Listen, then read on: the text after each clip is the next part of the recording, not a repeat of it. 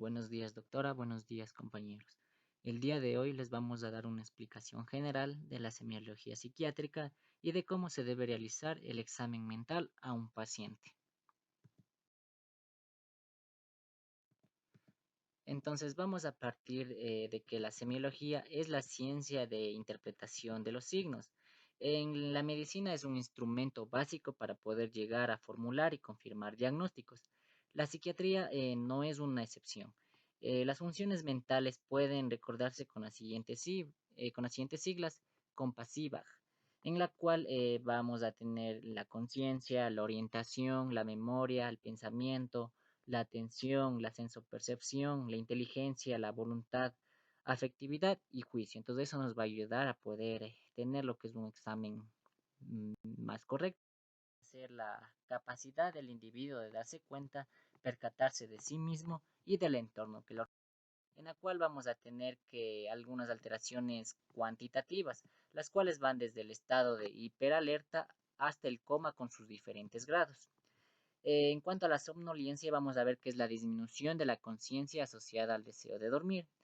El sopor, solo hay respuestas a estímulos fuertes, el individuo está prácticamente inconsciente. El coma es la ausencia de respuesta a estímulos con alteraciones vegetativas específicas. La hipervigilancia es el aumento del nivel de conciencia. Por otro lado, también vamos a encontrar las alteraciones cualitativas.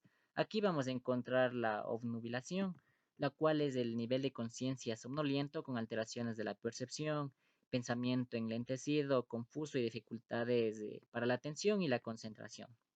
También vamos a tener el estrechamiento o reducción del campo del nivel de conciencia.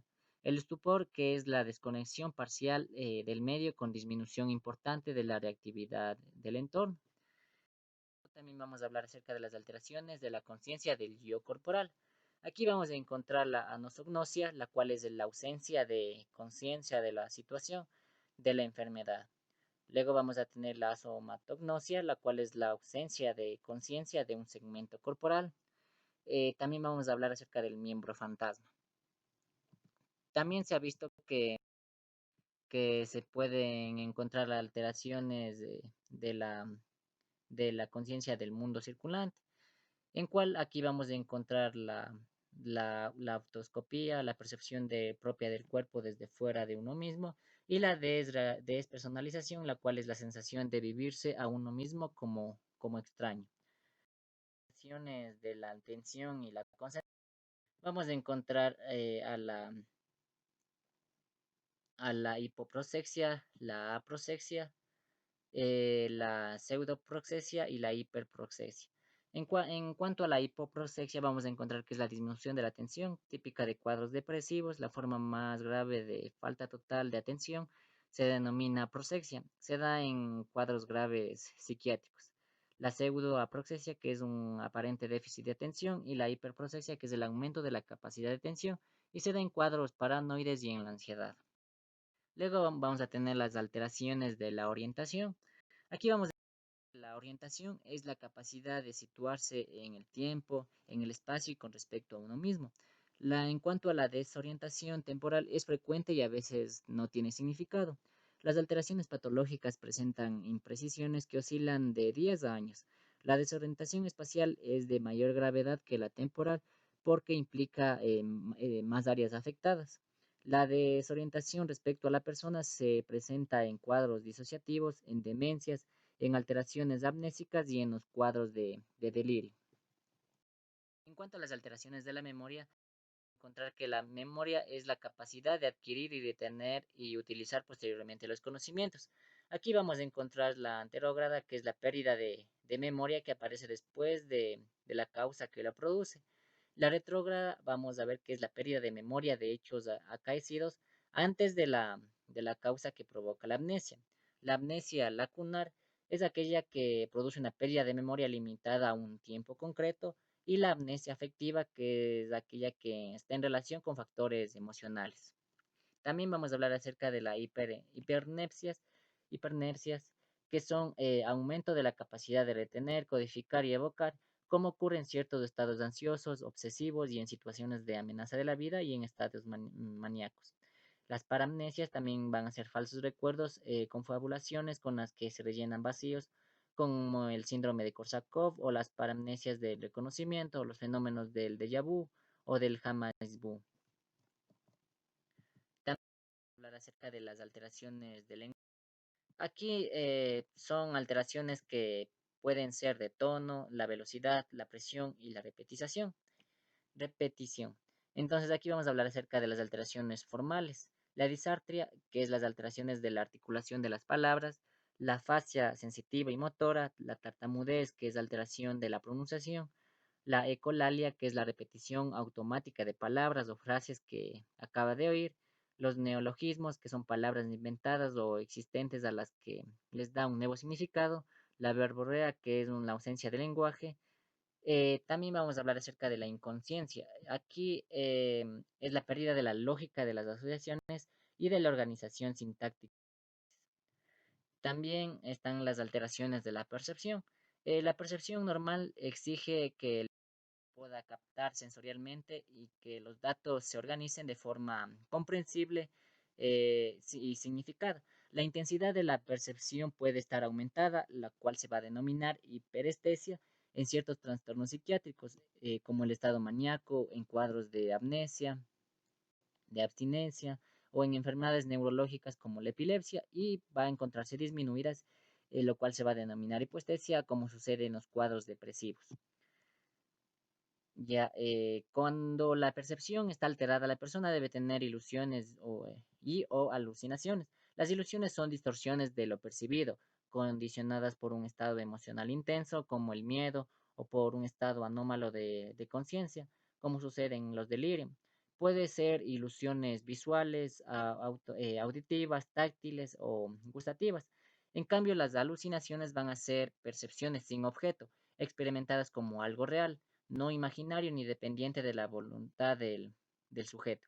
Estas alucinaciones pueden clasificarse en auditivas, visuales, gustativas y olfativas, táctiles y ápticas, sinestésicas o corporales, sinestésicas de movimiento o vestibulares, alucinaciones hipopómnicas, hipnagógicas, pseudoalucinaciones también. En cuanto a las vamos a ver que son alteraciones del estado de ánimo o de humor que se encuentran, que se experimentan subjetivamente. Pueden ser expresadas verbalmente y también pueden inferirse de los cambios de expresión, de la mímica y de las actitudes corporales. Las alteraciones se describen como la hipertimia, alegría patológica, hipotimia o tristeza patológica, la anestesia emocional y anedonia, la paratimia o inadecuación afectiva, la habilidad emocional, la incontinencia afectiva, la disforia y distimia, aplanamiento y embotamiento afectivo y la... En cuanto a las alteraciones del pensamiento, saber que estas pueden enlazar ideas, conocimientos, percepciones, emociones de forma estructurada para llegar a unas conclusiones. Se dividen en alteraciones de curso, la cual van a estar incluidas aceleración del pensamiento o la taquipsiquia, enlentecimiento del pensamiento o bradipsiquia, bloqueo del pensamiento, disgregación, incoherencia, perseverancia, tangencialidad, circunstanciabilidad, discurso indirecto, prolijo y prefásico, descarrilamiento y para respuestas. En cuanto a las del contenido, vamos a encontrar la pobreza de pensamiento, ideas sobrevaloradas, ideas delirantes y percepción delirante, ocurrencia o intuición delirante o idea delirante primaria, la memoria delirante, la cual se atribuye a un suceso del pasado, un significado delirante e irreal, obsesiones, compulsiones y fobias, y también vamos a encontrar los fenómenos de inserción, robo o difusión del pensamiento. Al examen y la historia psiquiátrica, vamos a ver que en la enfermedad actual, esta es la llave para entender qué está sucediendo en el paciente. Por lo tanto, se debe tomar decisiones diagnósticas y terapéuticas. Es importante recabar información acerca de la naturaleza de los síntomas descritos con precisión y organizarlos según el significado o la gravedad que el paciente les atribuye. Se debe anotar el desarrollo temporal de los síntomas, la duración, la intermitencia o continuidad, la progresión y o no de la severidad, factores precipitantes y factores que los alivian. A los antecedentes psiquiátricos o médicos, se debe incluir alteraciones psiquiátricas pasadas, enfermedades, cirugías y tratamientos médicos pasados. En cuanto a la historia familiar, se debe recolectar los datos sobre quienes han constituido el medio familiar, los trastornos psiquiátricos, problemas de personalidad o consumo de tóxicos, tipos de relación entre los miembros de la familia y si tiene o no capacidad de soporte y apoyo emocional. En cuanto a la historia personal, aporta los datos del contexto en el que se ha vivido y vive el paciente. Recolecta datos sobre el embarazo, el desarrollo psicomotor, conductas a lo largo de la vida, la historia sexual, la historia matrimonial, la historia laboral y la ocupacional. En cuanto a la situación social actual, se refiere a la situación financiera, residencia en el ámbito legal. La personalidad breve también es importante, ya que se deben buscar los rasgos predominantes de su personalidad, afrontamiento de los problemas, capacidad y resistencia del guión. En cuanto a la exploración psicopatológica, de forma sistemática y estructurada se van analizando y fotografiando una por una todas las áreas del funcionamiento mental. Aquí vamos a ver la apariencia y la conducta. Se centra en la apariencia general, en la cara, la postura, los movimientos y la conducta social. Incluye la forma en la que la paciente se presenta, también las características físicas como el peso, la expresión facial y los cambios de humor.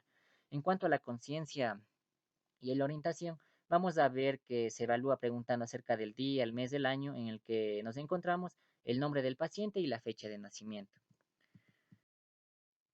Del pensamiento, vamos a ver que en el discurso del paciente se debe observar su flujo, si está acelerado, es lento, dificultoso, si es coherente o incoherente. Respecto al contenido, se debe evaluar si existen compulsiones, también ideas sobrevaloradas o ideas delirantes.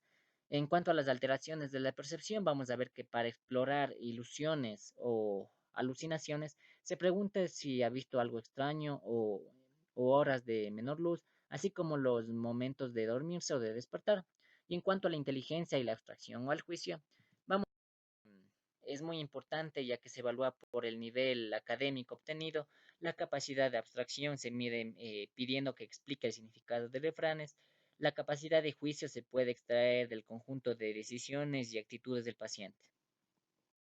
En cuanto al examen físico, aporta la información acerca de otras condiciones concurrentes y aspectos constitucionales.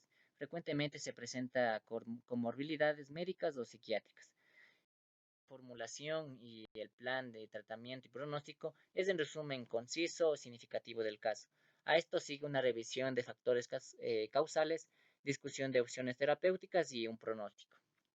En cuanto a los síndromes vamos a tener el delirium, que está constituido por alteración de la conciencia, desorientación espacio-temporal, fenómenos alucinatorios, ideas delirantes e interpretaciones delirantes y agitación psicomotriz. El síndrome amnésico es la pérdida o alteración de la capacidad de adquirir nuevos conocimientos y de evocar los almacenados o de ambas. En cuanto al síndrome demencial, es el deterioro adquirido y persistente de las funciones intelectuales, el juicio, la memoria, la abstracción, pensamiento y la afección. En cuanto al síndrome ansioso, es el síntoma predominante de la ansiedad de forma constante o en crisis. A veces se acompaña de síntomas depresivos, configurando el síndrome ansioso depresivo. El síndrome fóbico predominan los miedos, la angustia ante situaciones específicas, acompañados de ansiedad anticipatoria y conductas evitativas de los elementos fóbicos. El síndrome obsesivo-compulsivo caracterizado por la existencia de obsesiones, rituales, rumiaciones o compulsiones. Y el síndrome hipocondríaco es prevalecen las preocupaciones excesivas acerca de la salud y el funcionamiento corporal, desarrollando un estado de hipervigilancia al respecto. En cuanto al síndrome depresivo, es la presencia de signos y síntomas de afectación depresiva del afecto, tristeza patológica, anedonia, pérdida del apetito, insomnio, anergia, entre otros. El síndrome maníaco prevalece la exaltación y la euforia del ánimo, puede ir acompañado de taquipsiquia, verborrea, fuga de ideas, hiperactividad y agitación. En cuanto al síndrome alucinatorio, presencia las alteraciones de la percepción y los síntomas alucinatorios en diversos campos sensoriales. Se puede asociar con ideas delirantes, cognitivas y afectivas. Y en cuanto al síndrome catatónico es la presencia de alteraciones de la psicomotricidad. Además, catalepsia, flexibilidad esérea, rigidez y cuadros de estupor que se pueden alternar con agitaciones psicomotrices. Eso es todo, doctor y compañeros. Muchas gracias.